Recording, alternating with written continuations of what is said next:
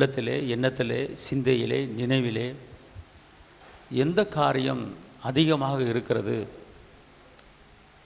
எந்த காரியம் அதிகமாக உங்களை ஆண்டு கொண்டு இருக்கிறது, எந்த ஆவி உங்களை வழிநடத்தி கொண்டு இருக்கிறது என்று பார்க்கும்போது, குறிப்பாக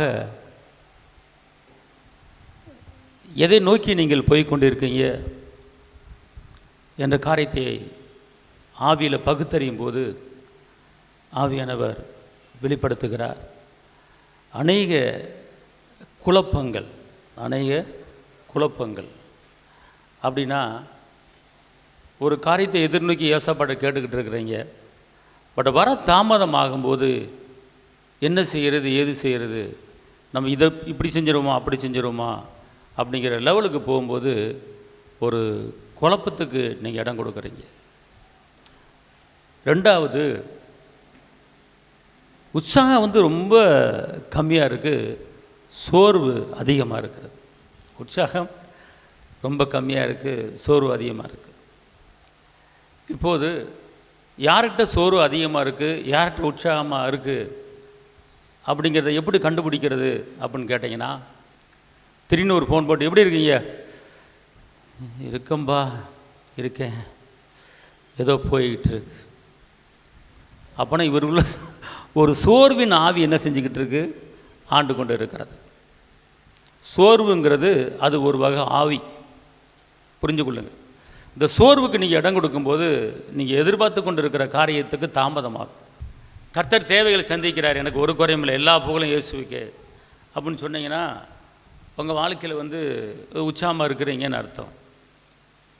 ஏதோ இருக்கிறேன் அப்படின்னீங்கன்னா உங்களுடைய வாழ்க்கை சூழ்நிலை, உங்கள் ஆவி சூழ்நிலை எல்லாத்தையும் ஈஸியாக என்ன செஞ்சிட முடியும், கண்டுபிடிக்க முடியும்.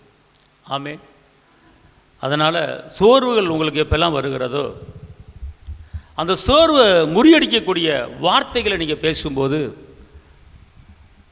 பிரசங்கில ஒரு வசனம் இருக்கிறது, மனுஷிக ஆவி, ஒரு ஆவி இருக்கிறது, மனுஷிக ஆவி, மனிதனுக்குள்ளே போய் கிரியை செய்யக்கூடிய ஒரு வகை ஆவி. இந்த மனுஷிக ஆவி அப்படின்னா என்னன்னு கேட்டிங்கன்னா, குழப்பத்தை கொண்டு வருகிற ஆவி. அந்த ஆவி மூலமாக தான் வரும், பார்த்துக்கொள்ளுங்க. மனுஷிக ஆவி நீங்கள் வேணால் பிரசங்கில் கண்டுபிடிச்சா அந்த வசனம் இருக்கிறது. குழப்பத்தின் ஆவி, சோர்வின் ஆவி, மந்தத்தின் ஆவி, கடங்கார ஆவி, போராட்டத்தின் ஆவி, இது எல்லாமே அந்த ஆவி தான் உள்ளே கொண்டு வந்து உட்கார வைக்கிது. அப்போ இதையெல்லாம் மேற்கொண்டு நம்ம செய்யணும் அப்படின்னு கேட்டால், உற்சாகத்தின் ஆவிக்கு என்ன செய்யணும், இடம் கொடுக்கணும். கிருபையின் ஆவிக்கு நீங்கள் என்ன செய்யணும், இடம் கொடுக்கணும். ஆமென்.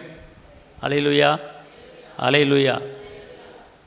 அதனால் சோர்வுகள் எல்லா மனிதனுக்கும் வரக்கூடியது தான். அதை இடம் கொடுத்தால் கண்டிப்பான முறை இடம் கொடுப்பான். அப்போ என்ன செய்யணும், இந்த சோர்வை மேற்கொள்வதற்கு ஒரு வார்த்தையை நீங்கள் பேசணும். ஒன்றுமே புரியல என்ன செய்ய அப்படின்னா சோர்வு. ஒரு எந்த வேலையை செஞ்சாலும் உற்சாகமாக செய்ய முடியாது, ஒரு தைரியமாக செய்ய முடியாது. ஆனால் சத்துவம் இல்லாதவனுக்கு சத்துவத்தையும் சோர்ந்து போகிறவனுக்கு பலனை கொடுக்கிற கர்த்தர். அப்போ என்ன செய்யணும், தேவனே சத்துவம் இல்லாதவனுக்கு சத்துவத்தையும் சோர்ந்து போகிறவனுக்கு பலனையும் கொடுக்கிற கர்த்தாவே, எனக்கு இந்த சோர்விலிருந்து இப்போ எனக்கு பலனை கொடுக்க முடியும் இடத்துல வந்திருக்கிறேன் அப்படிங்கிற அந்த வார்த்தைகளை நீங்கள் சொல்லும்போது அவர் கண்டிப்பான முறையில் அவர் என்ன செய்வார், பலனை கொடுப்பார். இப்போ நீங்கள் வந்திருக்கிறீங்கன்னா, நீங்கள் என்ன நிலைமையில் வந்திருக்கிறீங்க, என்ன சூழ்நிலையில் வந்திருக்கிறீங்க, எதை நினச்சி வந்திருக்கிறீங்க, எதை எதிர்பார்த்து வந்திருக்கிறீங்க அப்படின்னு கேட்டால் ஒரு கலக்கம் உள்ளே இருந்துக்கிட்டே இருக்குது. நான் ஒன்று சொல்கிறேன் கேளுங்க. நீங்கள் எதிர்பார்த்திருக்கிற காரியத்தை காட்டிலும் நீங்கள் எதிர்பார்த்திருக்கிற முடிவை உங்களை அறிவிக்க முடியும், உங்கள் நினைவாகவே நான் இருக்கிறேன் அப்படிங்கிறார். நீங்கள் எதிர்பார்த்திருக்கும் முடிவை உங்களுக்கு அறிவிக்கும்படி, உங்களுக்கு வெற்றியை கொடுக்க, விடுதலையை கொடுக்க, சுகத்தை கொடுக்க உங்கள் நினைவால் தான் நினச்சிக்கிட்டு இருக்கேன். ஆனால் உங்கள் நினப்புக்கு வானத்துக்கு பூமிக்கு எவ்வளோ உயரம் இருக்கிறதோ அவ்வளோ உயரத்தை உன்னை குறித்து நினைத்திருக்கிறேன். ஆனால் என்னுடைய நினைப்புக்கு நீ எப்போ நினைக்கிறாயோ அப்போ நான் உனக்கு கொடுத்துருவேன். அதாவது உன்னை குறித்து நான் ஒரு நினைவு வச்சிருக்கிறேன், என் நினைவுக்கு நீ எப்போ வருகிறாயோ அப்போது நீ கேட்ட காரியத்தை உனக்கு நான் கொடுப்பேன். ஆவியானவர் சொல்கிறார். என்ன சொல்கிறார் அப்படின்னு கேட்டிங்கன்னா, உன் நினைவு என் நினைவல்ல, வானத்துக்கு பூமிக்கு எவ்வளோ உயரமோ அவ்வளோ உயரத்துக்கு உன்னை குறித்து நினைத்திருக்கிறேன். அல்லேலூயா. இப்போ ஒரு பெரிய ஒரு உயர்வில் உன்னை கொண்டு வர போகிறேன் அப்படின்னு சொல்லி கர்த்தர் நினச்சி வச்சுருக்கிறார். அப்போ கர்த்தர் சொல்கிறாரு, மகளே நான் உன்னை இந்த இடத்துல கொண்டு வந்து வைக்கலாம்னு நினச்சிக்கிட்டு இருக்கேன். ஆனால் நீ என் நினைவுக்கு நீ ஈக்குவலாக நீ வரமாட்டேங்கிற. உன் நினைவு துக்கம், துயரம், கஷ்டம், வேதனை, நெருக்கம், பாடு, சஞ்சலம், தவிப்பு, சோர்வு, அசதி, போராட்டம், இப்படிப்பட்ட நினைவுக்குள்ளேயே சுற்றி சுற்றி சுற்றி சுற்றி சுற்றி வந்துக்கிட்டு இருக்க.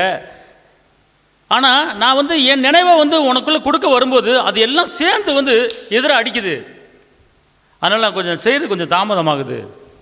அதனால் நீ என்ன பண்ணு அப்படின்னு கேட்டீங்கன்னா, நான் என்ன நினச்சிருக்கிறேனோ அதை நீ நினச்சிட்டேன்னா இன்றைக்கி நினச்ச காரியத்தை காட்டில் மேலே உனக்கு என்ன செய்ய போகுது, நடக்க போகுது. கையை தட்டி அப்பாவுக்கு மம்மி செலுத்துங்க. கர்த்தர் சொல்றார், உன் நினைவின் தோற்றங்களை அறிகிற கர்த்தர். உன் நினைவின் தோற்றங்களை அறிகிற கர்த்தர். நீ என்ன நினச்சிருக்கிற, நீ எதை சிந்திச்சுக்கிட்டு இருக்கிற, எதை யோசிக்கிற என்பதை அவர் அறிஞ்சிருக்கிறார். உன் நினைவின் தோற்றங்களை நான் அறிவேன் அப்படிங்கிறார். அப்படின்னா உன் இதயத்தில் எதை நினச்சிக்கிட்டு இருக்கே அதை ஒன்று கொடுப்பேன் அப்படிங்கிறார்.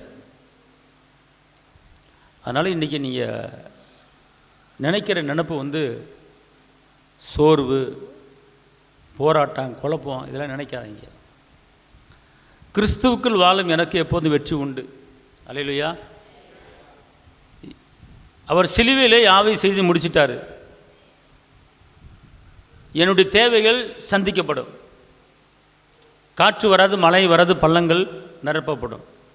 இப்போ உங்களுக்கு ஒரு வெட்டாந்தரை போல், காஞ்சி போன பூமி போல், ஒன்றுமே கையில் கிடைக்காம ஒரு வெட்டாந்தரையில் நடக்கிற ஒரு சூழ்நிலை, ஒரு அவாந்தர வெளியில் நடக்கிற ஒரு சூழ்நிலையில் நீங்கள் இருந்தீங்கன்னா நீங்கள் ஒரு முடிவு கட்டிக்கங்க.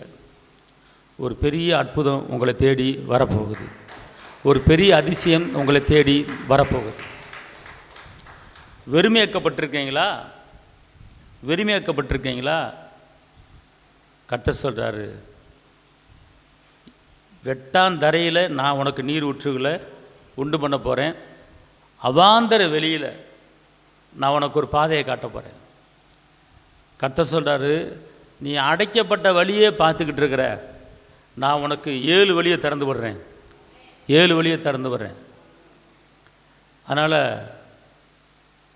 அடைக்கப்பட்ட வழியை பார்க்காதீங்க.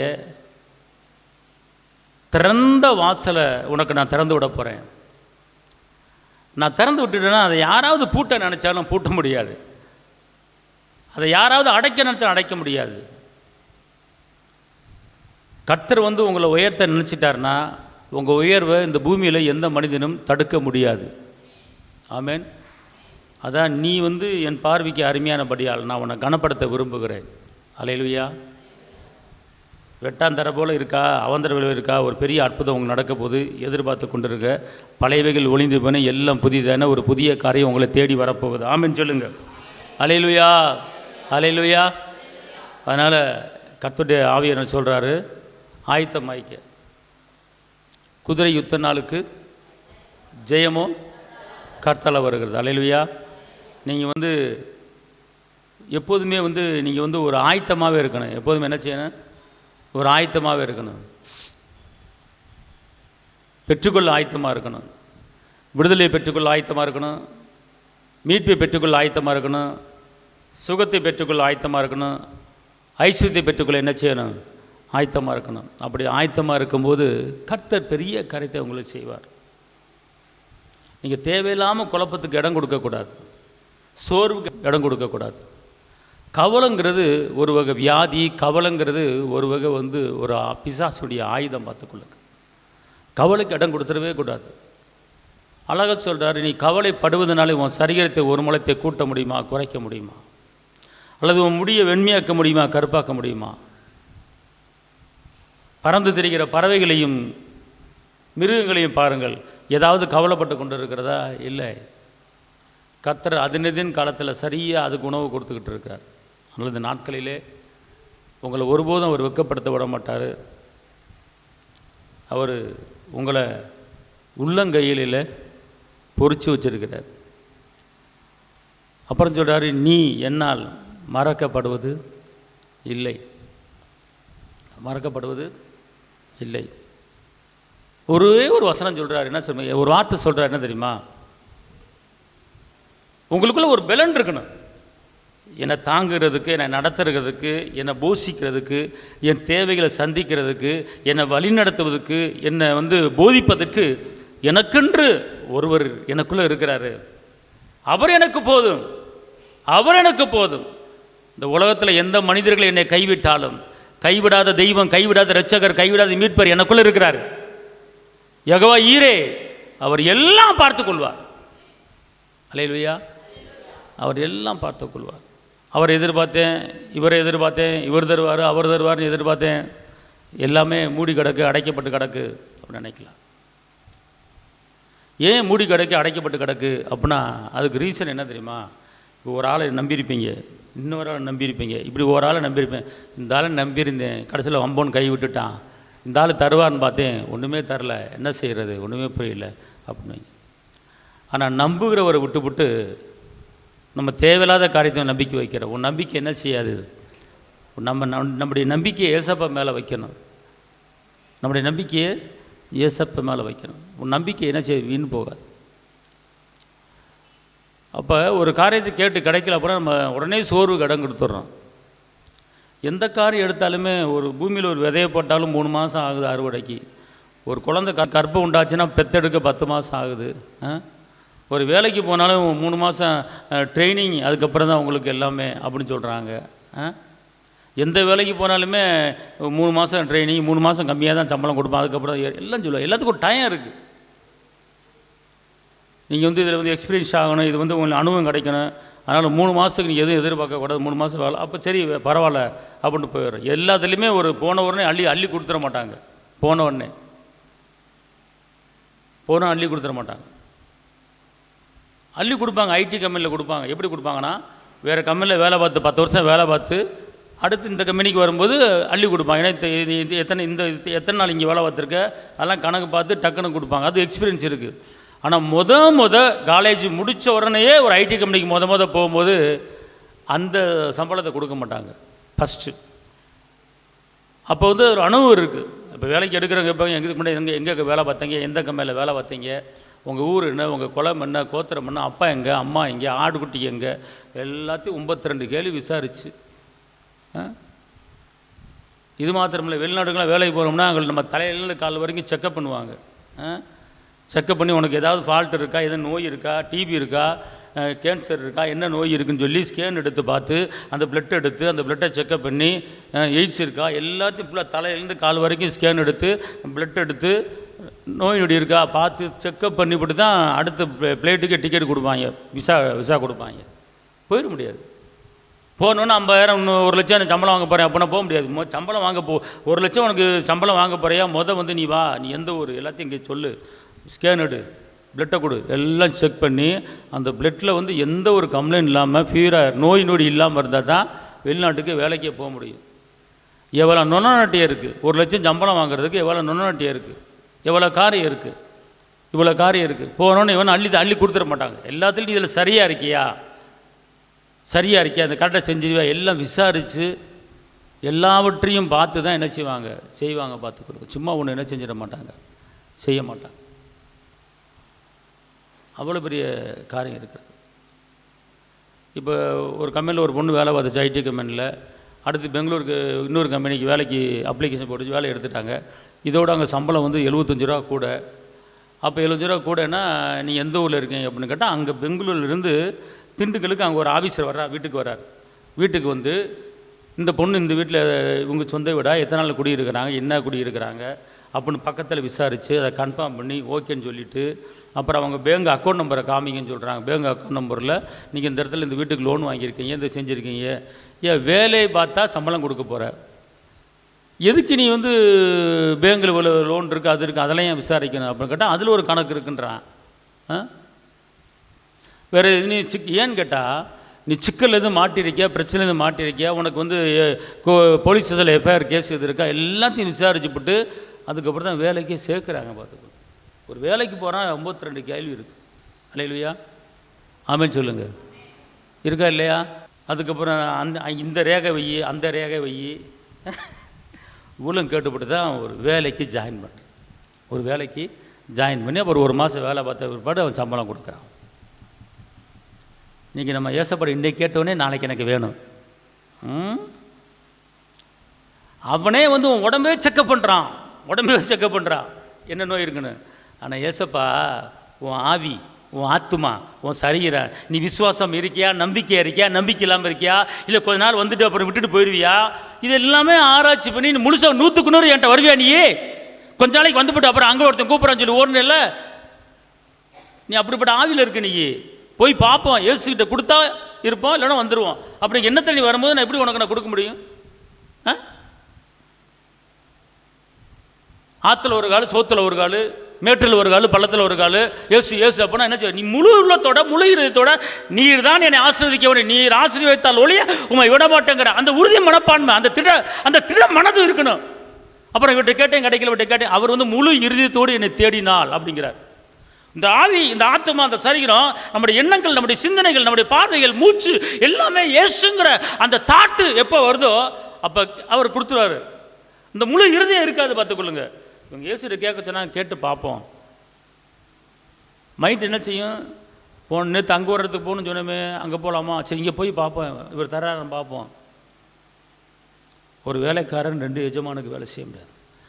என்ன வந்து சிந்தை வந்து அப்படியே இயேசு அப்படிங்கிற அந்த முழு மூச்சு வரணும். அதான் அவர் முழு இருதயத்தோடு என்னை தேடுங்கிறார். அரகுறை இருதயத்தோடு என்னை தேடினா நீ என்னை கண்டுக்க மாட்டேன், ஜெபத்துக்கு பதில் கிடையாது. முழு இருதயத்தோடு என்னை தேடு அப்படிங்கிறார். அதனால் உங்கள் இருதயம் வந்து அவரை சார்ந்து இருக்கணும். நீங்கள் ஏசப்பட கேட்கும்போது உங்கள் சிந்தை எப்படி இருக்கிறது என்பதை நீங்கள் அறியணும். உங்கள் ஆவி எப்படி இருக்குது என்பதை அறியணும். உங்களுடைய நினைவு எப்படி இருக்குன்னு அறியணும். உங்கள் நம்பிக்கை எப்படி இருக்கிறது என்பதை அறியணும். அறிஞ்சு தான் கேட்கணும். எனக்கு நாடு கேட்போம்னு சொல்லி மொட்டைக்கட்டையை கேட்டுறக்கூடாது. உலகத்தை மறந்துடணும். அண்ணாலம்மா எப்படி கேட்டாங்க? தேவன்கிட்ட வந்து அண்ணாலம்மா குழந்தைக்காக கேட்டாங்க. எப்படி கேட்டாங்க? வீட்டை நினச்சிக்கிட்டு, புருஷனை நினச்சிக்கிட்டு, ஊரை நினச்சிக்கிட்டா கேட்டாங்க. அவங்க கேட்கும்போது ஊரை நினைக்கல, புருஷனை நினைக்கல, எவனையும் நினைக்கல. அவங்க தன்னையே மறந்து தேவனோட அப்படியே இதயத்தை ஊற்றி கேட்டாங்க. எண்ணி 10 மாதத்தில் குழந்தைய பெற்றெடுத்தாங்க. காரணம் என்ன? கேட்டதில் கேட்குற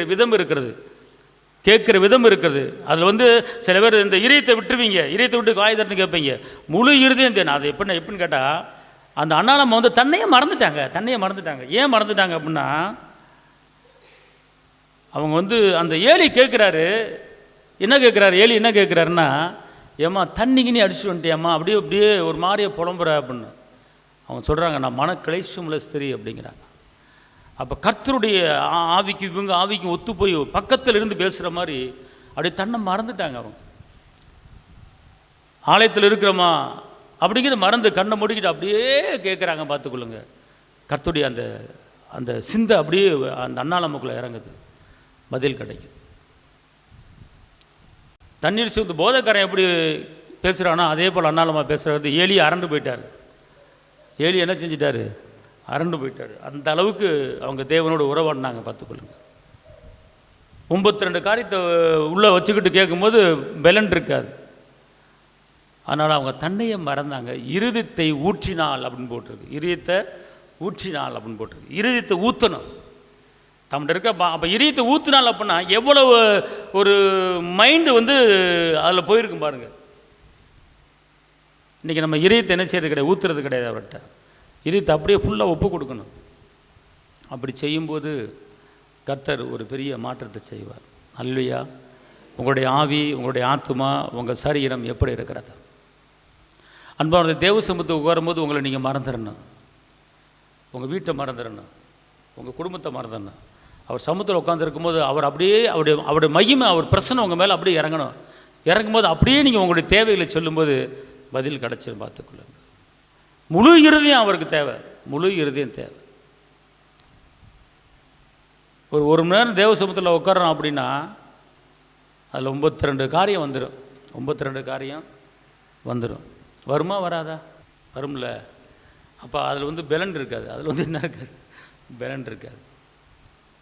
டக்குன்னு மகன் அனுப்ப ஒன்று வரும். இப்போ இந்த 1 மணி நேரம் உட்காரோம்னா 1 மணி நேரத்துக்குள்ளே கடங்கரை நினப்பு வரும், அடுத்து மகன் நினப்பு வரும், அடுத்து வந்து மத்தியானம் கடைக்கு வரேன்னு சொல்லியிருந்தேன், அடுத்து ரேஷனுக்கு போகிறேன்னு சொல்லியிருந்தேன். ஏன்னா இவ்வளோ நினப்பு வச்சுட்டு இப்படி ரோலிங் ஆகிட்டு இருக்கேன். இதில் வந்து ஊடா நம்ம அப்பாட்ட வர கேட்டுக்கிறது. அப்பா பாப்பார், சகதிங்கதியமா யா இந்த சகதிக்குள்ளே என்ன நுழைக்காத, இந்த குழப்பத்துக்கு நுழைக்காத, என்னை தனியாக பாரு, என்னை தனியாக பாரு அப்படிங்கிறார்.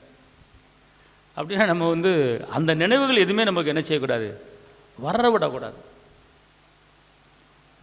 ஒரு நினைவு, ஒரு சந்தேகத்தின் நினைவு வந்தாலே போதும். சந்தேகப்படுகிறவன் காற்றில் அடிக்கிற கடல் அலைக்கு ஒப்பாக இருக்கிறான். அலை வந்துக்கிட்டே இருக்கும், நிற்காத அலை. நீ சந்தேகப்பட்டனா அந்த கடலையும் நீயும் ஒன்று சர்ன்னு வந்து போயிட்டே இருக்கும். உன் மைண்டு அப்படி தான் இருக்கும். தெளிந்த நீரோடைய ஆக முடியாது, அம்மந்த தண்ணீர் ஆக முடியாது. அம்மந்த தண்ணீராக தெளிந்த நீரோடையாக எப்போது மாறுகிறதோ, எப்போது உங்கள் இறுதியை மாறுகிறதோ, அப்போ தான் கர்த்தருடைய அந்த பிரச்சனை உங்களுக்குள்ளே இறங்கும். இல்லைனா கடல் அளவு சர்ன்னு போயிட்டு வந்துக்கிட்டே இருக்கும். அமைதி தேவை, நிம்மதி தேவை. நீர்க்கால ஓரமாய் நடப்பட்ட இல்லையா உதிராக இருக்கிற மரத்தை போல செலுத்தவங்க வரணும்னா உங்களை கர்த்தர் அம்மந்த தண்ணீர் அண்டையில் நிப்பாட்ட போகிறார். ஆமேன். அதனால தான் ஒருநிலை தேவை. சில நிம்மதி வேணும்னு சொல்லி சில வயசான நாளில் நான் காட்டுக்குள்ளே போகிறேன். ஏன் போகிறாங்க? காட்டுக்குள்ளே போய் தியானம் பண்ண போகிறேன் அப்படின்னு சொல்லி ஏன் போகிறாங்க? என் வீட்டுக்குள்ளே உட்காந்து தியானம் பண்ண வேண்டியதானே? இல்லாட்டி ஒரு ரூமை பிடிச்சி தியானம் பண்ண வேண்டியதானே? இந்த ரூம்பை விட்டு வரமாட்டேன், 3 மாதத்துக்கு இந்த ரூம்பை விட்டு வரமாட்டேன், அப்போ ரூமுக்குள்ளே உட்காந்து தியானம் பண்ணலாம்ல. அப்படின்னா என் மலையும் ஏன் காடும் போய் தியானம் பண்ண போகிறாங்க அப்படின்னு கேட்டால், அந்த காடு மலையும் இயற்கை காட்சிகள் இருக்கும், நோய் நொடி வராது. ரெண்டாவது எவனாவது வந்து உனக்கு அது சரியில்லை இது சில எவனாவது சொல்ல மாட்டேன், எந்த மனுஷனும் வரமாட்டேன், எந்த மனிதன் நடமாட்டமும் இருக்காது. நம்முடைய பீஸ் மைண்ட் அப்படியே ஒரு நிலைக்கு வந்துடும். அதில் தான் வாழ்க்கையில் விரக்தியாகி ஒன்றுமே செய்ய முடியாது, போட நமக்கு ஆண்டவட்ட போகிறாண்டா அப்படின்னு சொல்லிட்டு எங்கிட்ட போய் இதை தியானம் பண்ண போயிடுறாங்க. எங்கே போவாங்க? காடு மலை. காடு அந்த காலத்தில் சில பேர் ஏன் அப்படி போயிருக்கான்னு கேட்டால் உலகத்தை மறந்தாங்க. ஏன்னா இங்கே உலகத்துலேருந்து தியானம் பண்ண முடியாது. இப்போ இந்த சர்ச்சில் உட்காந்து அந்த வாசப்பில் உட்காந்து தியானம் பண்ண முடியுமா? பின்னாடி பேங் பேங். அடுத்து 1 கிலோ வெங்காயம் 10 ரூபா, 1 கிலோ வெங்காயம் 10 ரூபா, 1 கிலோ வெங்காயம் 10 ரூபா, 1 கிலோ வெங்காயம் 10 ரூபா. அங்கே ஒரு சத்தம் கேட்கும். அப்புறம் அங்கிட்டு கேட்கும் பப்பாளி பழம் 1 கிலோ 2 ரூபா அவனுக்கு சவுண்டு கேட்கும். அப்படி ஆண்டவர் அப்போ இங்கே பார்த்தா பப்பாளி வெங்காயம். அப்போ இதில் தேவை பிரச்சனை என்ன வந்துடும்? வெங்காயம் வந்துடும், தக்காளி வந்துடும், வெண்டைக்காய் வந்துடும், சுண்டாக்காய் வந்துடும். இந்த ஜெபத்தோடு அதுவும் சேர்ந்து கலந்துரும். வெங்காயம் கலந்துரும், தக்காளியும் கலந்துரும். நீ காலையில் பழசு கடைக்கு போயிருப்ப, பழசு கடைக்கு போய் வெங்காயம் வந்து 1 கிலோ எவ்வளோம்மா? 40 ரூபா சொல்லியிருப்பான் கடைக்காரன். இவன் வண்டியில் வந்து வண்டி வந்துட்டுப்பான். வெங்காயம் கிலோ 20 ரூபா, வெங்காயம் கிலோ 20 ரூபா. 20 ரூபாயா? காலையில் 40 ரூபா. இங்கே சோத்திரம் ஆண்டவரே எனக்கு அப்படின்னு சொல்லிக்கிட்டே இருப்பேன். டக்குன்னு வெங்காயம் 20 ரூபா, கிலோ 20 ரூபா அப்படின்னு சொல்லிக்கிட்டே இருப்பான். 20 ரூபாயா? 20 ரூபா கடையில் ஏமாத்திட்டானே, 40 ரூபா கொடுத்து ஏமாத்திட்டோமா, அவனை சாயங்காலம் வச்சுக்கணும். தெரியாதனமா 40 ரூபா கொடுத்து வாங்கி போட்டோம். ஐயோ போச்சே, 20 ரூபா போச்சு. இங்கே எங்கே ஆண்டவட்ட எப்படி உட்காந்து கேட்க முடியும்? இங்கே ஒரு சில நேரங்களில் ஜெபிக்கும் போது அப்படி தான் வெளியே சத்தம் கேட்கும். என்ன செய்ய? இது இங்கே ஜெபிச்சுட்டு அங்கே கேட்க வேண்டியதாக இருக்குது. அதில் ஒரு மைக்கு வேறு போட்டுக்கிறாங்க. இப்போ மைக்கு வேறு போட்டுக்கிறாங்க. முந்திலாம் வந்து தக்காளி வெண்டைக்காய் அப்படின்னு சொல்லுவாங்க. இப்போ வந்து என்ன பண்ணுறது, ஒரு சின்ன மைக்கை போட்டுக்கிறாங்க. மைக்கை போட்டு சும்மா மெமரி கார்டை ஏற்றி விட்டு ஆன் பண்ணிட்டு அவங்க பாட்டு கம்முன்னு உட்காந்துட்டு அப்படியே ஹாயாக போகிறாங்க. அது பாட்டு கத்திட்டு கிடக்கு. சொல்லுங்க பாப்பா. மாதுளை மரத்தை ஒரு வண்டி நாய் அப்படி போட்டு நிப்பி வச்சுறாங்க. 100 ரூபா கத்துது. கிலோ எவ்வளோன்னு சவுண்டு தான், காது தான் கேட்குது. அப்பா இதெல்லாம் வந்து சிந்தை ஒருநிலைப்படாது. தேவ சமூகத்துக்கு வரும்போது உங்களுடைய இருதயம் அப்படியே அமைதியாக இருக்குன்னு பார்த்துக்கொள்ளுங்க. எந்த டிஸ்டர்பும் பண்ணக்கூடாது. அதுக்கு தான் தனிப்பட்ட முறையில் ஜெபம் பண்ணுறதுக்கு மேலே ஒரு ரூம்பு கட்டலான் இருக்கு. ரூம்பு கட்டி கதவை போட்டுட்டு தனிப்பட்ட முறையில் ஆண்டவர்கிட்ட பேசுகிறதுக்கு அங்கே மேலே போய் ஜெபம் பண்ணுங்க. அல்லேலூயா. அப்போலாம் நிறைய கற்பனை பண்ணி வச்சுருக்கிறேன். சரியா? காலையில் போனால் சாயங்காலம் வரணும். அப்படி வரும்போது அப்படியே பிரசன்னத்தோடு வரணும். பிரசனம் அப்படியே தாங்கும். நாங்கள் ட்ரெயின் அடிக்கும் போதெல்லாம் காலையில் 10 மணிக்கு ஆரம்பித்து 5 மணி வரைக்கும் வெறும் டங்ஸ் அண்ணியை பாதிதான். 10 மணிக்கு ஆரம்பித்து 5 அப்படியே 8 மணி நேரம் 7 மணி நேரம் தேவசமூகத்தில் உட்காந்துட்டு இப்படி நடந்து வந்தீங்கன்னா அப்படியே உங்கள் மைண்டு எப்படி பறக்கிற மாதிரி இருக்கும். அப்படியே அப்படியே பறக்கிற மாதிரி இருக்கும். முகத்தில் ஒரு களி கூறுதல். கருப்பாக இருந்தாலும் பல பல பல பல பல பல பலன்னு முகம் மாறிடும். ஏக்கா உன்னை பார்த்தா கருப்பாக தெரிஞ்சு, ஆனால் இப்போ கருப்புலேயே ஒரு வித ஏதோ கலந்த மாதிரி தெரியுது. ஒன்றுமில்ல, தேவ பிரசனம் கலந்துருக்கு கருப்பில். மோசே 40 நாள் இருந்து வராரு பார்த்துக்கூட தேவசமூகத்தில் இருந்து வராரு. மலையில் விட்டு அப்படி மலை மேலே தேவசம் பார்த்தீங்களா, மலை மேலே போகிறாரு மோசே. எங்கே போகிறாரு? எங்கே மக்கள் மத்தியில் போனாரா? 10 லட்சம் மக்கள் மத்தியில் போய் இந்த எனக்கு ஒரு கூடாரத்தை போடு, இந்த கூடாரத்தில் வந்து நான் இருப்பேன், 40 நாள் கழிச்சு தான் வருவேன், பக்கத்தில் வரக்கூடாது அப்படின்னு சொல்லி மோசே இருந்திருக்கலாம். எத்தனையோ கூடாரம் இருக்குது. ஒரு கூடாரம் நான் தேவசமூகத்தில் உட்கார போகிறேன், தேவன்கிட்ட பேச போகிறேன், அதனால் இந்த என் கூடாரம் பக்கம் யாரும் வரக்கூடாது அப்படின்னு சொல்லி அவர் கூடாரத்தை போட்டு கூடாரத்தில் உட்காந்துருந்தா, கூடாரத்துக்கு வெளியே 10 மீட்டர் தள்ளி பார்த்தா, அம்மா அப்பா அடிக்கிறாருமா அப்படின்னு ஒரு பிள்ளை சத்தம் கேட்கும். டே கரீஸ்வரர் அதுவே வீடா அப்படின்னு சத்தம் கேட்கும். மோசே பார்ப்பார், இது தேவன்ட்டு வர முடியாது, இந்த கட்ட பஞ்சாயத்தில் வரக்கூடாதுன்னு சொல்லிட்டு ஆளை விடுங்கடா அப்படின்னு நேராக மலையில் போயிட்டார். மலையில் போயிட்டு அந்த ஏன்னா மலையில் மேலே தான் போவார். ஏசப்பா 40 சீசர்கள் 12 சீசர்களை தேர்ந்தெடுக்கிறதுக்கு தனியாக போயிட்டார். தனியாக போயிட்டு கீழே இறங்கி வந்து தான் 12 சீடர்களை தேர்ந்தெடுக்கிறார். நீங்கள் ஒரு காரியத்தை செய்யும்போது, ஒரு வீடு கட்டும் போதோ, ஒரு தொழில் நடத்தும் போதோ, ஒரு வியாபாரம் பண்ணும் போதோ, ஒரு வேலைக்கு போகும்போதோ, முதல்ல ஆண்டவர் சமூகத்தில் போய் உட்காந்துருங்க. ஒரு 3 நாள் உட்காந்துருங்க. உட்காந்துட்டு வந்து நீங்கள் ஒரு காரியத்தை செயல்படுத்துங்க. ஒரு வீடு கட்டுறதோ, அல்லது ஒரு வேலைக்கு போகிறதோ, அல்லது வந்து ஒரு தீர்மானம் எடுக்கிறதோ, ஏதோ ஒரு காரியத்தை பண்ண டக்குன்னு அவசரப்பட்டு டக்குன்னு போய் எந்த காலத்தில் இறங்கிறாங்க, தொழில் முடிஞ்சிடும். முதல் இடத்துல தேவ சமூகத்தில் உட்காந்து ஏசப்பா வந்து 12 சீடர்களை தேர்ந்தெடுப்பதுக்கு முன்னால் மலை மேலே போயிட்டார். மலை மேலே போய் என்ன செய்கிறாரு? ஜெபத்தில் தேவனோடு உறவாடி அவர் இறங்கி வந்தவரை தான் 12 சீடர்களை என்ன செய்கிறாரு? தேர்ந்தெடுக்கிறாரு. புரியுதுங்களா? அதே போல் தான் நம்முடைய வாழ்க்கையில் ஒரு காரியத்தை செய்யணும்னா நீங்கள் வந்து தேவ சமூகத்தில் உட்காரணும். 40 நாள் உட்கார முடியாது, வாஸ்தந்தான். ஒரு 3 நாள் உட்கார்றீங்கன்னா தேவ சமூகத்தில் தனிமையான ஒரு இடத்த பார்த்துருங்க. தனிமையான ஒரு இடம். இப்போ யாக்கோப்பு வந்து ராமுழுதும் ஜெபிச்சார். ராமுழுதும் ஜெபிச்சார். ஏன் பொண்டாட்டி இப்போ சோறைக்கு வரு, நான் அந்த இடத்துல நான் ஜெபிச்சுக்கிட்டு இருக்கேன் அப்படின்னு சொல்லிட்டு போயிருந்துருக்கலாம்ல. கடைசியில் பொண்டாட்டி விட்டார், பிள்ளையில் விட்டார், எல்லாத்தையும் விட்டு தனியாக போயிட்டார். எங்கேயோ தூரத்துக்கு போயிட்டு தனியாக ஒரு வனாந்தத்தில் காட்டு பகுதியில் போய் ராமுழுதும் அப்பாட்ட உறவாடுறார். ஒரு மனித சத்தம் கேட்காத தன்னந்தனிமையாக போயிட்டார். ராமுழுதும் என்ன செய்றாரு? போறாரு. நீ ஆசீர்வதித்தால் ஒழிய உண்மை விடமாட்டேன்னு சொல்லி போறாரு. அந்த போராட்டம் தேவன் இறங்கினார். அதிகாலையில் இறங்கினார், பேசினார், எதிராளியை சார்பாக வர வச்சுட்டார். இதுதான் பிரச்சனை. ஒரு சில நேரங்களில் வந்து நான் பஸ்ஸில் போகும்போது எங்கிட்ட வந்தாலும் சரி, பக்கத்தில் இருக்கிற ஆளை வந்து கணிப்பேன் அப்படியே கண்ணை மூடிட்டு. எப்படிப்பட்ட ஆள், என்ன சூழ்நிலை இருக்கிறாரு பார்த்தா அவர் டபுள் கேம் ஆடுறவராக இருப்பார்.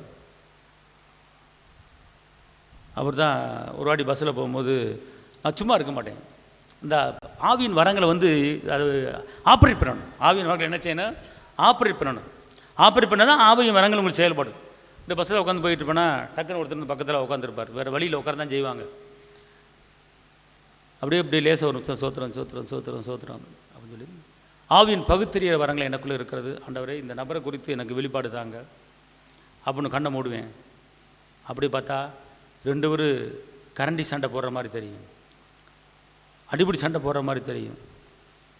உடனே இவர் வந்து வீட்டை பூட்டிட்டு வெளியே வர்ற மாதிரி தெரியும். ஒரு தரிசனம் கிடச்சிடும். அப்படியே அந்த தரிசனம் முடிஞ்சிடும். அதுக்கப்புறம் பார்த்து வருது சோத்திரம் நல்லா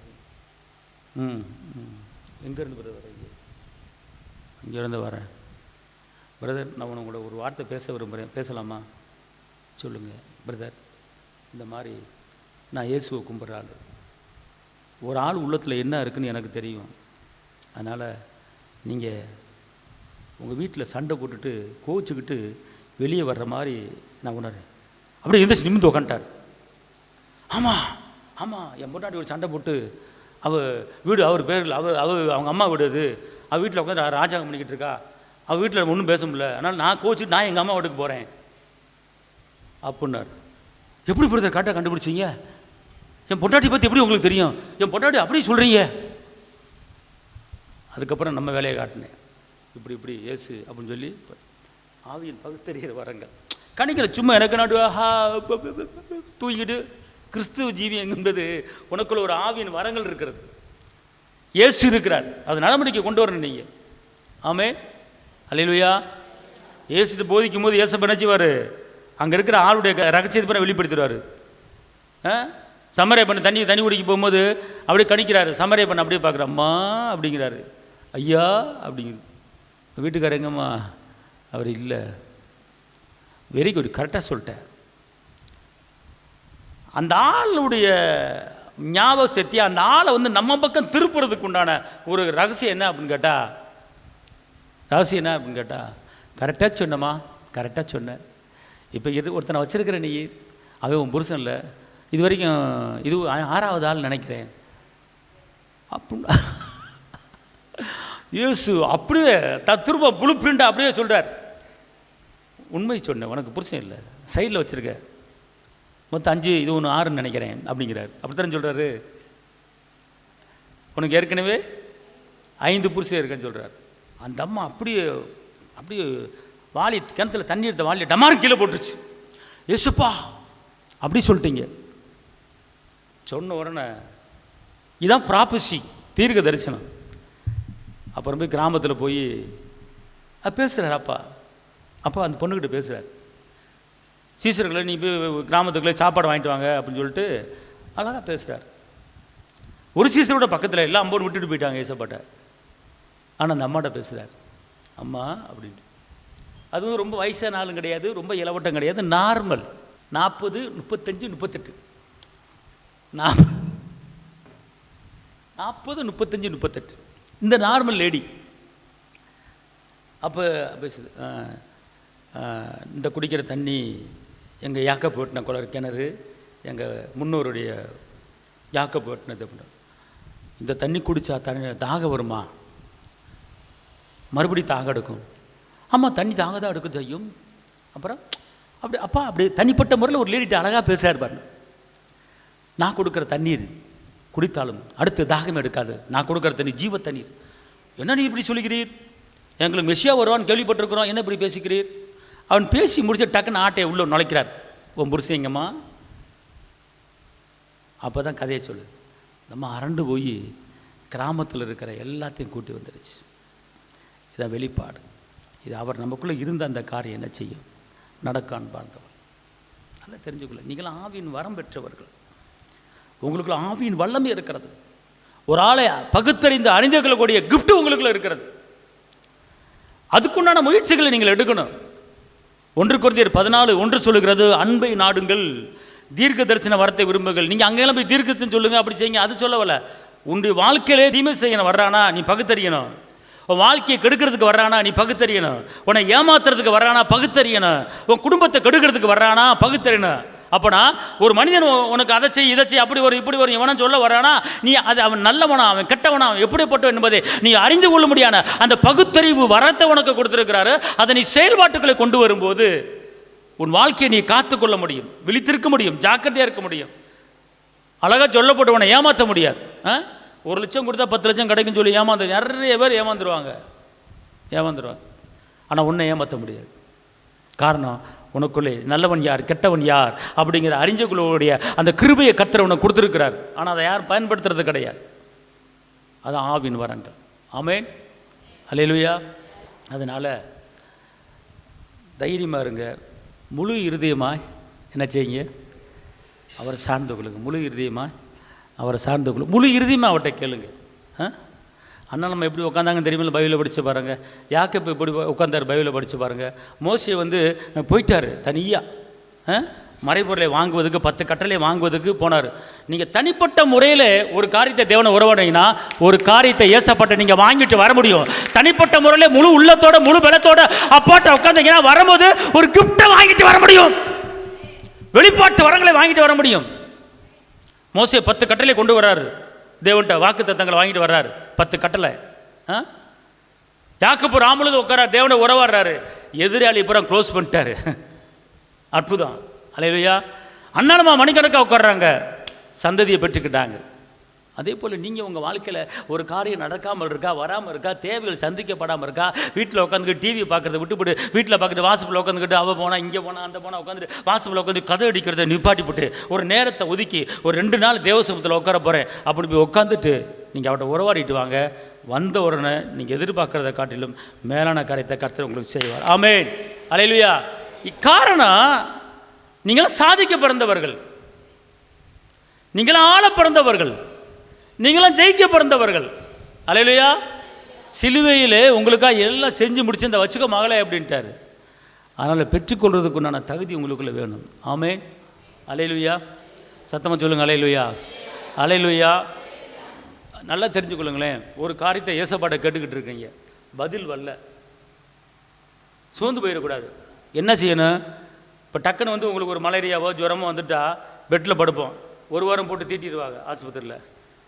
தீட்டுவாங்க, தீட்ட மாட்டாங்களா? அங்கே போய் 1 வாரம் படுக்கிறீங்கள, அதே மாதிரி நினச்சிக்கிட்டு ஒரு 3 நாளை படுத்துருங்க. இங்கிட்டு வந்து தனியாக 3 நாளை தனியாக போயிட்டு என்ன செஞ்சுருங்க, உட்காந்துருங்க. உட்காந்துட்டு உங்கள் மனதில் இருக்கிறத அப்படியே கொட்டிடுங்க. அப்படி மகிமை உங்கள் மேலே அப்படியே பிரச்சனை அப்படியே இறங்க பார்த்துக்கொள்ளுங்க. இறங்கும்போது அப்படியே ஜிவ்வுன்னு அப்படியே அப்படியே இறங்கும்போது தன்னையே மறந்துடுவீங்க. ஆவியன் அப்படியே உங்கள் மேலே விளையாடுவார். தொட்டதெல்லாம் தொடங்கி போயிடும் உங்களுக்கு. வந்தோடனே நீ என்ன செஞ்சாலும் வாய்க்கணும். அதான் பிரசனத்தில் கிடைக்கிறது, பிரசனத்தில் அவர் மகிமையில் கிடைக்கிறது. அவர் வல்லம் உங்கள் மேலே இறங்குச்சுன்னு வச்சுக்கொள்ளுங்க, சாதிக்க முடியாத காரியத்தை நீங்கள் சாதிச்சிடலாம். ஆமென், அல்லேலூயா. அதனால் உங்களுடைய இருதயத்தையும் உங்கள் எண்ணத்தையும் உங்கள் சிந்தையும் ஒருநிலைப்படுத்தி நீங்கள் தடைப்பட்ட காரியங்களை வர்ஷிக்க வைக்க முடியும். உங்கள் வாழ்க்கை கட்டப்படும், நீங்கள் எழும்புவீங்க, நீங்கள் பிரகாசிப்பீங்க. அதுக்கு ஒரே வழி, தேவ பிரசனை உங்கள் மேலே இறங்கணும், தேவனுடைய வல்லம் உங்கள் மேலே இறங்கணும். தேவ கிருபை. கஷ்டத்தையும் அனுபவிச்சுக்கிட்டு இருக்கக்கூடாது, நெருக்கத்தையும் அனுபவிச்சுக்கிட்டு இருக்கக்கூடாது, ஒரு அடிமைத்தான வாழ்க்கை வாழக்கூடாது. சில பேர் சொல்கிறது கேட்டிருக்கேன், இவனை கல்யாணம் முடிச்சுட்டு என்ன செய்ய, என் தலையெழுத்து காலம் கஷ்டத்தை அனுபவிச்சு சாக வேண்டியது அப்படிங்கிற. இல்லை,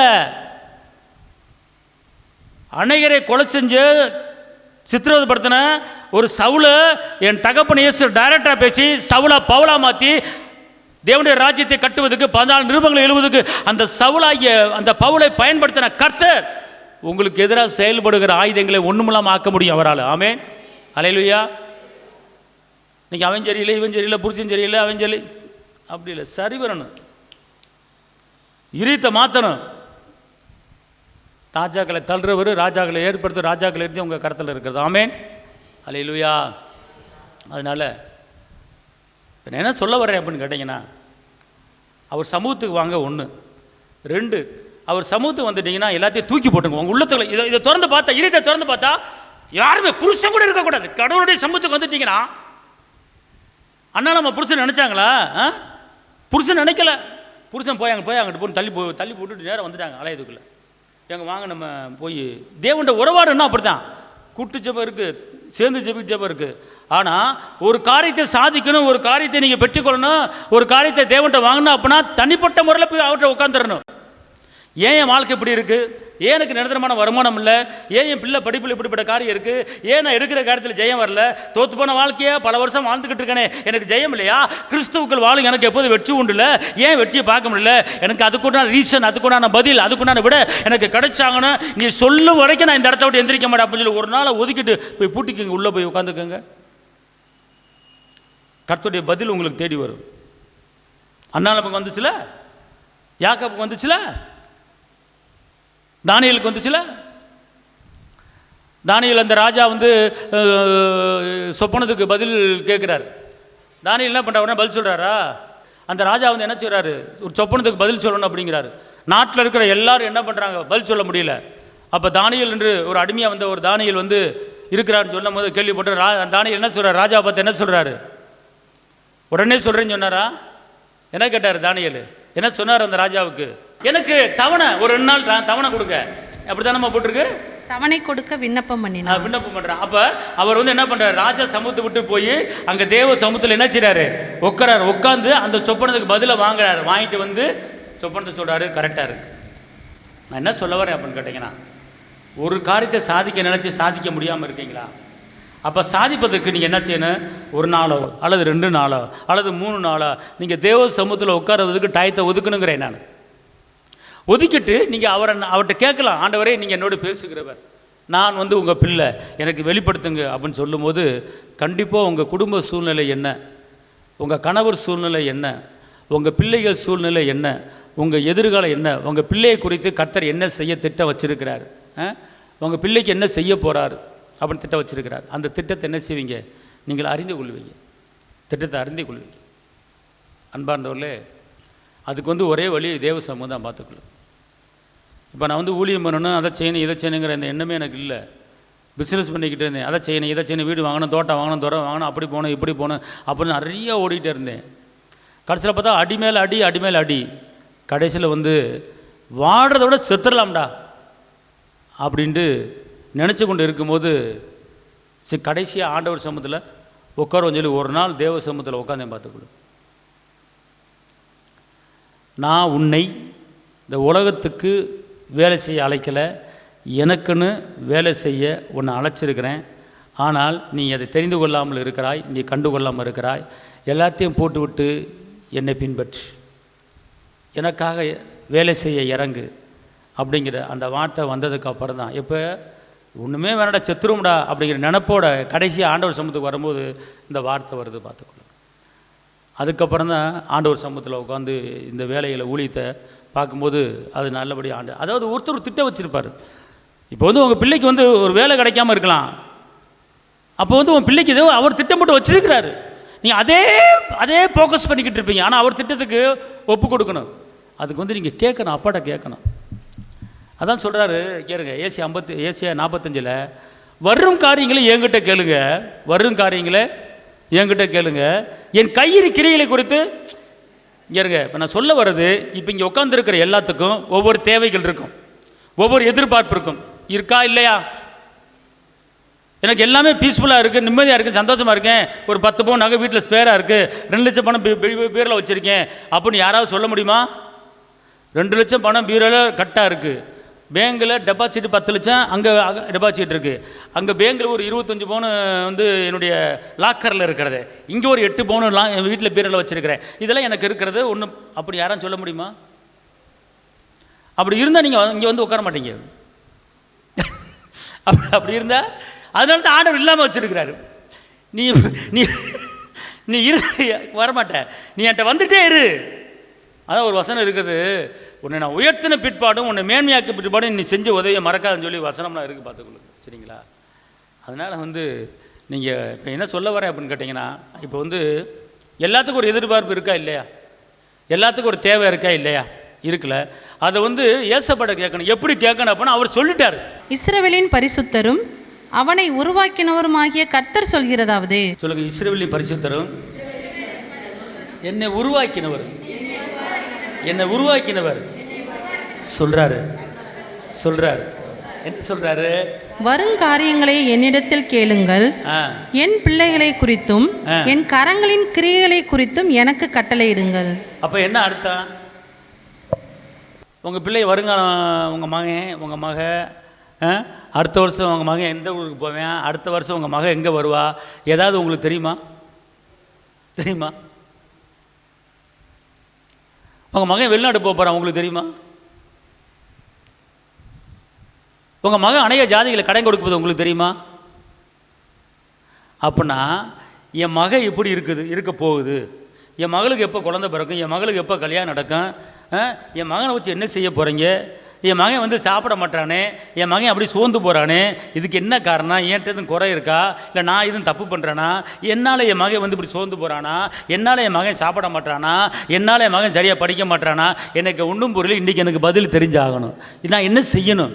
என் பிள்ளைகளை எப்படி வளர்க்கணும்? என் பிள்ளைகளை குறித்து என்ன திட்டம் வச்சுருக்கிறீங்க? என் பிள்ளையை வெளிநாட்டில் வைக்க போகிறேன், இங்கே வைக்க போகிறீங்களா? என் பிள்ளை படிப்பானா படிக்க மாட்டானா?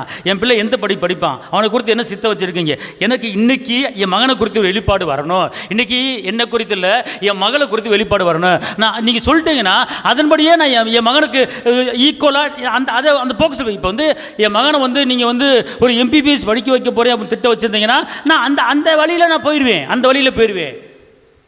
நான் பிஇ இன்ஜினியர் வழியில் போக மாட்டேன், எம்பிபிஎஸ் வழியில் போயிடுவேன். அப்போ அதை குறித்து அவனுக்கு சொல்லி, அதை குறித்து போதித்து, அதை குறித்து நடத்தி, நீ இப்படிடா அப்படிடா டாக்டரா வைடா அப்படின்னு சொல்லி அந்த பாதையில் போயிடுவேன். அப்போ எனக்கு ஒன்றுமே தெரிய மாட்டேங்குது. எந்த சப்ஜெக்ட் எடுக்க போகிறேன், என்ன படிக்க போகிறான், எந்த ஊரில் படிக்க போகிறேன், என்ன வேலையில் படிக்க போகிறான் அப்படி எனக்கு தெரிஞ்சால் தானே நான் அவனை அந்த வழியில் நடத்த முடியும். நான் ஒன்று படிக்கிறான்றேன், அவன் ஒன்று படின்றான். இந்த ஆள் என் வீட்டுக்காரன் அவன் ஒன்று படிங்கிறான். மண்டை காஞ்சி போய் தெரிஞ்சுக்கிட்டு இருக்கேன். எனக்கு வெளிப்பாடு வரணும். என்ன தாயின் கருவில நான் ஒன்று தெரிஞ்சிருக்கேன்னு சொன்னீங்களே, உலக தோற்றத்துக்கு முன்னே உனக்கு தெரிஞ்சிருக்கிறேன் அப்படின்னா சொன்னீங்களே. அப்போனா நான் பெத்த பிள்ளை கருப்பா சோப்பா அப்படிங்கிறது தெரியாது. ஆனால் வயிற்றுக்குள்ளே இருக்கும்போதே என் குழந்தை என்னங்கிறது நீ தெரிஞ்சு வச்சு உருவாக்குறவர் நீர், படைத்தவர் நீர். அப்போ படைத்தவர் என் மகனை கொடுத்து இப்படி வைக்க போகிற திட்டம் போட்டு தான் செஞ்சுருப்பீங்க. அதனால் உங்கள் திட்டத்தை எனக்கு வெளிப்படுத்துங்க, உங்கள் திட்டத்தை எனக்கு வெளிப்படுத்துங்க, உங்களுடைய கற்பனை எனக்கு வெளிப்படுத்துங்க. நான் அதன்படி உங்கள் திட்டத்துக்கு நான் வந்துடுறேன், உங்கள் நினைவுக்கு நான் வந்துடுறேன். நீங்கள் ஒரு நினச்சி வச்சுருக்கீங்க, நான் ஒன்று நினச்சிக்கிட்டு இருக்கேன். எங்கள் வீட்டில் 3 நினைவாக இருக்குது. என் புருஷன் ஒருத்தர் நினச்சிக்கிட்டு இருக்கான், நான் ஒன்று நினச்சிக்கிட்டு இருக்கேன், என் மகன் ஒருத்தர் நினச்சிக்கிட்டு இருக்கான், நீங்கள் ஒன்று நினச்சி வச்சு 4 நினைவில் ஓடிக்கிட்டு இருக்கேன். தள்ளாடு. உங்கள் நினைவை சொல்லிடுங்க, உங்கள் நினைவுக்கு நான் வந்துடுறேன். என் பிள்ளையை வச்சு என்ன திட்டம் போட்டிருக்கீங்க சொல்லுங்கள், உங்கள் சித்தம் தான். என் பிள்ளை வீட்டில் உட்கார வச்சு அவனை ஊழியக்காரனாக்க போகிறீங்களா சொல்லுங்கள். நான் அந்த இதில் அந்த தேவையில்லாத மைண்டுக்கு போக மாட்டேன், அந்த உங்கள் சித்தம். நீங்கள் உருவாக்கணும், நீங்கள் கொடுத்த பிள்ளை நீங்கள் தான் நடத்தணும். ஆனால் நீங்கள் சொல்லிட்டீங்கன்னா நான் என்னுடைய நினைவை நான் மாற்றிக்கிட்டு அந்த உங்கள் நினைவுக்கு நானும் இசைந்து போயிடுறேன். அதனால் இந்த வசனம் ஏசியா 45 நீங்கள் சொல்லியிருக்கிறீங்க, இஸ்ரவேலின் தேவனும் பரிசுத்தரும் என்னை உருவாக்கி கர்த்தர் சொல்லுகிறாவது வருங்காரியங்களை என்கிட்ட கேளுங்க, கேட்டுட்டு என் கையின் கிரியை கொடுத்து எனக்கு கட்டளை போடுங்கன்னு சொல்லி நீங்கள் வெளிப்படுத்திட்டீங்களா ஆண்டவரே. அதனால் நான் கேட்குறேன் ஆண்டவரே, எனக்கு நீங்கள் வெளிப்படுத்தாமல் இந்த இடத்த விட்டு போக மாட்டேன் ஆண்டவரே. உங்களுடைய ரேமா வார்த்தை எனக்கு வரணும் ஆண்டவரே. யாக்கோபு விடிய உட்காந்தார், ஒரு முழுதும் உட்காந்தாரு, காலையில் உங்கள் வார்த்தையை கேட்டுட்டு போனார், சக்ஸஸ் ஆயிடுச்சு ஆண்டவரே. அதனால் அந்த யாக்கோபோட பேசினதே நீங்கள் தானே, அண்ணாலமாட பேசினதே ஏலி மூலமாக சமானத்திறப்போ விண்ணப்பம் கேட்கப்படும் சொல்லி அண்ணாலமாக்கு சொல்லி அனுப்புனீங்களே, தாவீதுக்கு சொல்லி அனுப்புனீங்களே, மோசையோட பேசினீங்களே, ஈசாக்கோட பேசினீங்களே, எலியாவோட பேசினீங்களே, எலிசாவோட பேசினீங்களே, கொர்நொலியோட பேசினீங்களே, எல்லாத்தையும் பேசினீங்களே. நான் அந்த வழியில் வந்த ஆளு தான். நான் ஆபிரகாம் சந்ததி தான். நான் சும்மா ஒன்றும் கிடையாது. ரத்தத்தில் கழுவப்பட்டிருக்கிறேன், ரத்தத்தில் மீட்கப்பட்டிருக்கிறேன், இயேசுவின் பிள்ளைங்கிற அத்தாரிட்டி எனக்கு ஞானசன் எடுத்திருக்கிறேன். தெரியுமில்ல, நான் ஞானசன் எடுத்திருக்கிறேன். அப்பா பிதாவின் கூப்பிடப்படுகிற புத்திர சுவீகரித்த ஆவியை கொடுத்துருக்கு. நீங்கள் எனக்கு அப்பா, நான் பிள்ளை, எனக்கு நீங்கள் வெளிப்படுத்துங்க, எப்படி நடக்கணும் வெளிப்படுத்துங்க, எதை செய்யணும் வெளிப்படுத்துங்க, எதை செய்யக்கூடாது வெளிப்படுத்துங்க, எங்கே போகணும் வெளிப்படுத்துங்க, எங்கே போகக்கூடாது வெளிப்படுத்துங்க. உங்கள் வார்த்தையின்படி கீழ்பட்டு நடக்கலைன்னா நீங்கள் என்னன்னு கேளுங்க, நான் கட்டுப்படுறேன், தீர்மானம் எடுக்கிறேன். உங்கள் வழி தான் என் வழி, உங்கள் சத்தியம் தான் என் சத்தியம். என்ன சொல்கிறீங்களே கேட்குறேன்.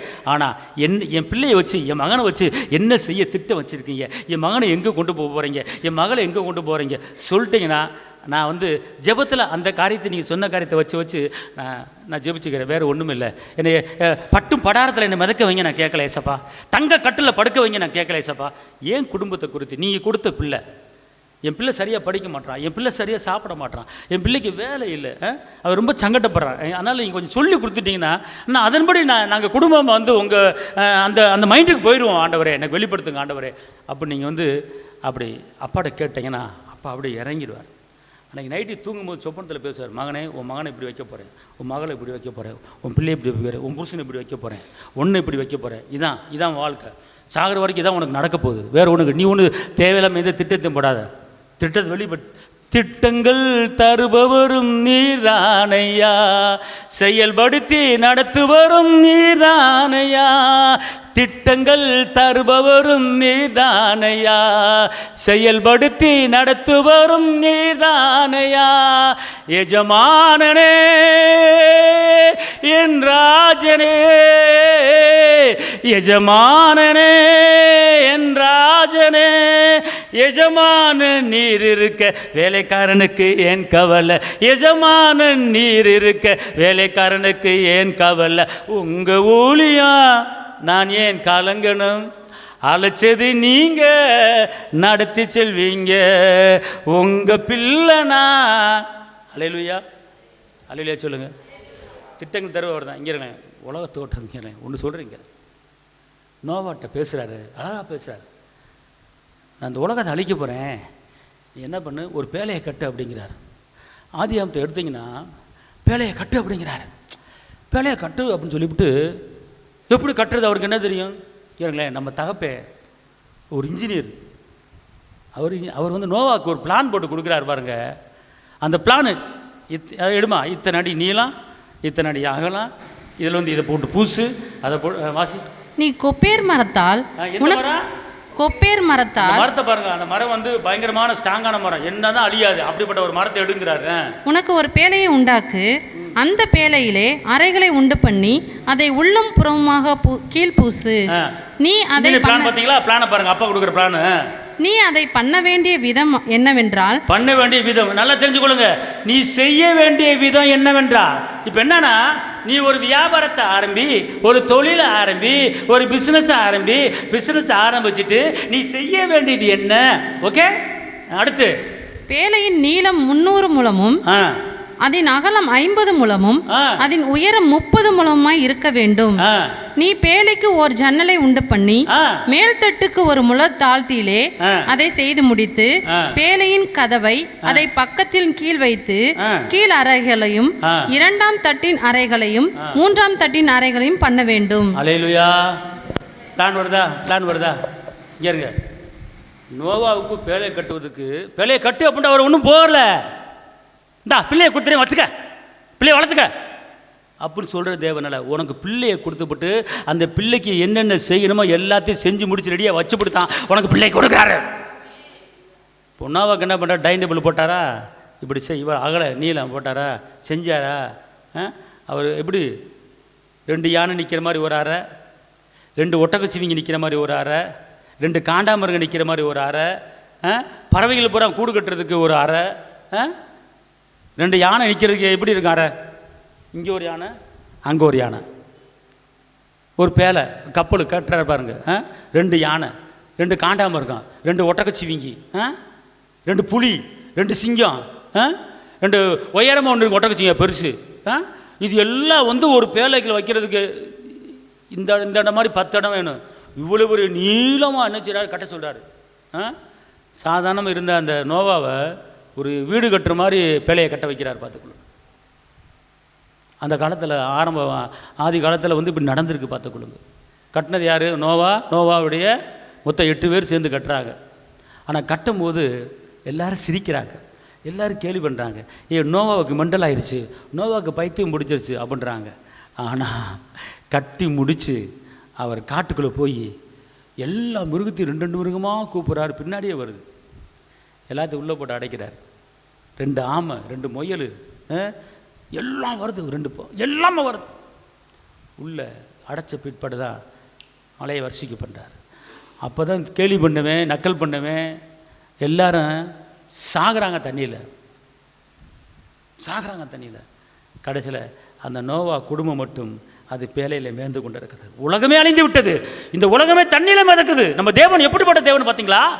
வானத்தின் மதகுகளும் திறந்தன, பூமியும் மதகுகளும் திறந்தன. 2 மதகையும் திறந்து விட்டு உலகத்தை அழைச்சவர் மொக்கா ரிக்காலாரா போக்கொத்த ஸ்டெக். எவ்வளோ ஒரு வல்லமை படைச்சவர். இன்னைக்கு நஞ்சானும் குஞ்சானும் ஜொஜிபிக்க உட்காந்துருன்னு ஒப்பாரி வச்சுக்க. உங்களுடைய தேவன் படைப்பாளி, உருவாக்குறவர். உங்கள் அப்பா எப்படிப்பட்டவர் என்று அறிஞ்சு கொள்ளுங்க. வானத்தின் மதகுகள் திறந்து விடுகிறது, பூமியின் மதகுகள் திறக்குது, உலகமே தண்ணியில் மிதக்குது. ஒரு கற்பனை பேர் உலகமே தண்ணியில் மிதக்குது. ஆனால் அந்த தண்ணிக்கு மேலே நோவாவுடைய பேலை மிதக்குது. பார்த்துக்கொள்ளுங்க. எல்லாரும் அடிஞ்சிட்டாங்க. அந்த நோவா, அந்த குடும்பம் 8 பேர், அவர் உள்ளே வச்ச மிருகங்கள் மட்டும்தான் உயிரோடு இருக்குது. எல்லா உலகமே அழிஞ்சு போச்சு. கர்த்தர் பாருங்கள், எவ்வளோ பெரிய ஒரு அற்புதம் பாருங்கள். அந்த பேலையை உண்டு போதுக்கு அந்த அந்த டைம் டேபிள் போட்டு கொடுக்குறாரு, இன்ஜினியர் பிளான் கொடுக்குறாரு. கேட்கல நீங்கள்?